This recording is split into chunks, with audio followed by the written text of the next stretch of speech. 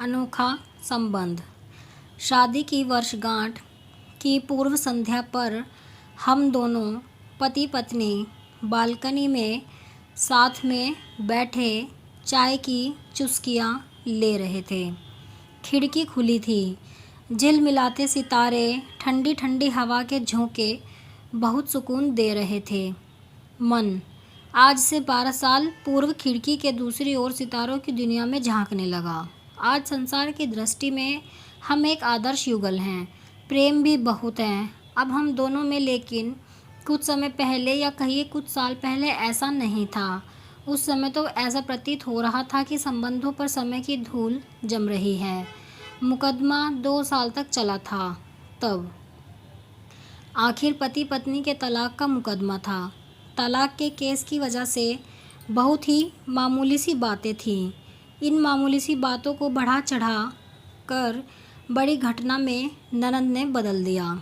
नीलेश ने आव देखा न ताव जड़ दिए 2 थप्पड़ मुझे। मुझसे यह अपमान नहीं सहा गया। ये मेरे आत्मसम्मान के खिलाफ था। वैसे भी शादी के बाद से ही हमारा रिश्ता सिर्फ पति पत्नी का ही था। उस घर की मैं सिर्फ ज़रूरत थी। सास को मेरे आने पर अपनी सत्ता हिलती लगी थी, इसलिए रोज़ एक नया बखेड़ा। नीलेश को मुझसे ज़्यादा अपने परिवार पर विश्वास था और उनका परिवार उनकी माँ तथा एक बहन थी। मौका मिलते ही मैं अपने बेटे को लेकर अपने घर चली गई। मुझे इस तरह देखकर माता पिता सकते में आ गए। मुझे बहुत समझाने की कोशिश की, पर मैंने तो अलग होने का मन बना लिया था। मेरी ज़िद के आगे घुटने टेक दिए। दोनों ओर से अदालत में केस दर्ज किए गए। वे चाहते तो मामले को रफा दफा भी किया जा सकता था, पर नीलेश ने इसे अपनी तौहीन समझी। उनके रिश्तेदारों ने मामले को और पेचीदा बना दिया। न सिर्फ पेचीदा बल्कि संगीन। सब रिश्तेदारों ने इसे खानदान की नाक करना कहा। यह भी कहा कि ऐसी औरत पतिव्रता नहीं होती। इसे घर में रखना अपने शरीर में मियादी बुखार पालते रहने जैसा है। बुरी बातें चक्रवृद्धि ब्याज की तरह बढ़ती हैं। सो उनकी तरफ खूब आरोप उछाले गए।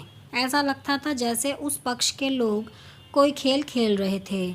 नीलेश ने मेरे लिए कई असुविधाजनक बातें कहीं। नीलेश ने मुझ पर चरित्रहीनता का तो हमने दहेज उत्पीड़न का मामला दर्ज कराया। 6 साल तक शादीशुदा जीवन बिताने और एक बच्चे के माता पिता होने के बाद आज दोनों तलाक के लिए लड़ रहे थे। हम दोनों पति पत्नी के हाथ में तलाक के लिए अर्जी के कागज़ों के प्रति थी। दोनों चुप थे, दोनों शांत, दोनों निर्विकार। मुकदमा 2 साल तक चला था। 2 साल तक हम पति पत्नी अलग रहे थे और इन 2 साल में बहुत कुछ झेला था। मैंने नौकरी ढूंढ ली थी। मेरे बेटे का दाखिला एक अच्छे स्कूल में करा दिया था। सबसे बड़ी बात, हम दोनों में से किसी ने भी अपने बच्चे की मनस्थिति नहीं पढ़ी। बेटा हमारे अलग होने के फैसले से खुश नहीं था, पर सब कुछ उसकी आंखों के सामने हुआ था तो वह चुप था। मुकदमे की सुनवाई पर दोनों को आना होता।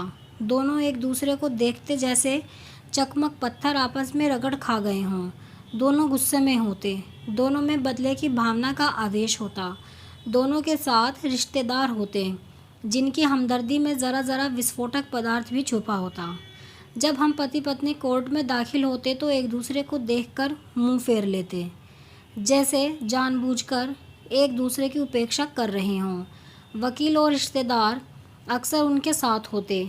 दोनों पक्ष के वकीलों द्वारा अच्छा खासा सबक सिखाया जाता कि हमें क्या कहना है। हम दोनों वही कहते। कई बार दोनों के वक्तव्य बदलने लगते तो फिर संभल जाते। अंत में वही हुआ जो हम सब चाहते थे, यानी तलाक की मंजूरी। पर थोड़ा सोचने का समय दिया गया। पहले उनके साथ रिश्तेदारों की फौज होती थी। धीरे धीरे यह संख्या घटने लगी। नीलेश की तरफ के रिश्तेदार खुश थे, वकील खुश थे, पर मेरे माता पिता दुखी थे।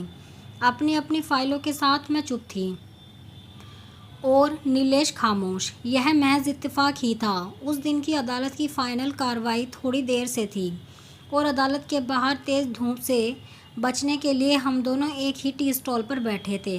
यह भी महज इत्तेफाक ही था कि हम पति पत्नी एक ही मेज़ के आमने सामने थे। मैंने कटाक्ष किया, मुबारक हो, अब तुम जो चाहते हो वही होने को है। नीलेश बोला, तुम्हें भी बधाई, तुम भी तो यही चाह रही थी, मुझसे अलग रहकर होकर अब जीत जाओगी। मुझसे रहा नहीं गया और मैं बोली, तलाक का फैसला क्या जीत का प्रतीक होता है? नीलेश बोला, तुम बताओ। पर मैंने जवाब नहीं दिया। मैं चुपचाप बैठी रही और बोली, तुमने मुझे चरित्रहीन कहा था। अच्छा हुआ अब तुम्हारा चरित्रहीन स्त्री से पीछा छूटा। नीलेश, वो मेरी गलती थी, मुझे ऐसा नहीं कहना चाहिए था। मैंने बहुत मानसिक तनाव झेला है। मेरी आवाज़ सपाट थी, न दुख न गुस्सा। नीलेश ने कहा, जानता हूँ, पुरुष इसी हथियार से स्त्री पर वार करता है जो स्त्री के मन और आत्मा को लहूलुहान कर देता है। तुम बहुत उज्जवल हो, मुझे तुम्हारे बारे में ऐसी गंदी बात नहीं करनी चाहिए थी। मुझे बेहद अफसोस है। मैं चुप रही। नीलेश को एक बार देखा। कुछ पल चुप रहने के बाद उसने गहरी सांस ली। कहा, तुमने भी तो मुझे दहेज का लोभी कहा था, गलत कहा था। नीलेश की ओर देखते हुए बोली। कुछ देर और चुप रही, फिर बोली, मैं कोई और आरोप लगाती, लेकिन मैं नहीं। प्लास्टिक के कप में चाय आ गई। मैंने चाय उठाई। चाय ज़रा सी छलकी। गर्म चाय मेरे हाथ पर गिरी और हाथ झटका। नीलेश के मुंह से उसी क्षण ओह की आवाज़ निकली। दोनों ने एक दूसरे को देखा। तुम्हारी स्लिप डिस्क वाला दर्द कैसा है? नीलेश का पूछना थोड़ा अजीब लगा, पर जवाब दिया, ऐसा ही है, इलाज चल रहा है और बात ख़त्म करनी चाहिए। तुम्हारे हार्ट की क्या कंडीशन है? फिर अटैक तो नहीं पड़ा? मैंने पूछा। हार्ट डॉक्टर ने स्ट्रेन, मेंटल स्ट्रेस कम करने को कहा है, उसने जानकारी दी। एक दूसरे को देखा, देखते रहे एकटक, जैसे आपस के चेहरे पर छपे तनाव को पढ़ रहे हों। दवाई तो लेते रहते हो ना? नीलेश के चेहरे से नज़रें हटाई और पूछा। हाँ, लेता रहता हूँ, नीलेश ने कहा। तब आज तुम्हारी सांस क्यों फूल रही है? बीपी की गोली समय से लेते हो? बरबस ही मुंह से हमदर्द लहजे में कहा। आज भूल गया शायद, कुछ इस वजह से और कुछ। कहते कहते वह रुक गया। कुछ तनाव के कारण। मैंने बात पूरी की। वे कुछ सोचते रहे, फिर बोले, तुम्हें 15 लाख रुपए देने हैं और 20,000 रुपये महीना भी। हाँ। फिर मैंने पूछा, नोएडा में फ्लैट है, तुम्हें तो पता है, मैं उसे तुम्हारे नाम कर देता हूँ। 15 लाख रुपये फ़िलहाल मेरे पास नहीं हैं। उसने अपने मन की बात कही। नोएडा वाले फ्लैट की कीमत तो 30 लाख रुपये होगी। मुझे सिर्फ 15 लाख रुपये चाहिए। अपनी बात स्पष्ट की। बेटा बड़ा होगा सो खर्च होते हैं, वे बोले। वो तो तुम 20,000 रुपये महीना मुझे देते रहोगे, मैं बोली। हाँ, ज़रूर दूंगा। 15 लाख अगर तुम्हारे पास नहीं है तो मुझे मत देना, उससे कहा। मेरी आवाज़ में पुराने संबंधों की गर्द थी। वे मेरा चेहरा देखते रहे। नीलेश को देख रही थी और सोच रही थी, कितना सरल स्वभाव का है इनका, जो कभी मेरे थे, कितने अच्छे हैं। मैं ही शायद कहीं समझने में। शायद नीलेश भी यही सोच रहा था। दूसरों की बीमारी की कौन परवाह करता है? ये करती थी परवाह, कभी जाहिर भी नहीं होने देती थी।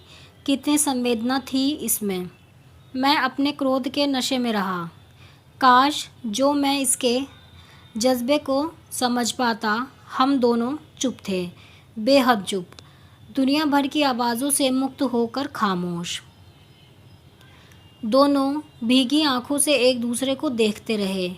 मुझे एक बात कहनी है, उसकी आवाज़ में झिझक थी।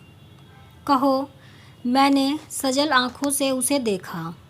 डरता हूँ, नीलेश ने कहा। डरो मत, हो सकता है तुम्हारी बात मेरे मन की बात हो।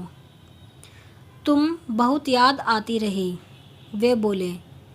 तुम भी, मैं एकदम बोली। मैं तुम्हें अब भी प्रेम करता हूँ। मैं भी, तुरंत मैंने भी कहा। दोनों की आंखें कुछ ज़्यादा ही सजल हो गई थी। दोनों की आवाज़ जज्बाती और चेहरे मासूम। क्या हम दोनों जीवन को नया मोड़ नहीं दे सकते? नीलेश ने पूछा। कौन सा मोड़? पूछ ही बैठी। मुझे माफ़ कर दो, मैं गलत था। सच कह रही थी तुम। मैंने कभी भी तुम्हारी इच्छाओं को नहीं समझा। मैं तुम्हारा गुनहगार हूँ। तुम्हारी इच्छाओं का गला घोटा है मैंने। उनके इस भोलेपन ने मुझे एक पल में पिघला दिया। खुद को रोक न सकी और उनकी बाहों में समा गई। उनकी आंखों से झरते आंसुओं से मेरा माथा गीला हो गया था। अब हम हमेशा साथ रहेंगे, एक साथ, पति पत्नी नहीं बल्कि बहुत अच्छे दोस्त बनकर। ये पेपर, ये अर्जी? मैंने पूछा। फाड़ देते हैं, नीलेश ने कहा और अपने हाथ से तलाक के कागजात फाड़ दिए। हम दोनों उठ खड़े हुए, एक दूसरे के हाथ में हाथ डालकर मुस्कुराए। दोनों पक्ष के वकील हैरान परेशान थे। दोनों पति पत्नी हाथ में हाथ डाले घर की तरफ चले गए।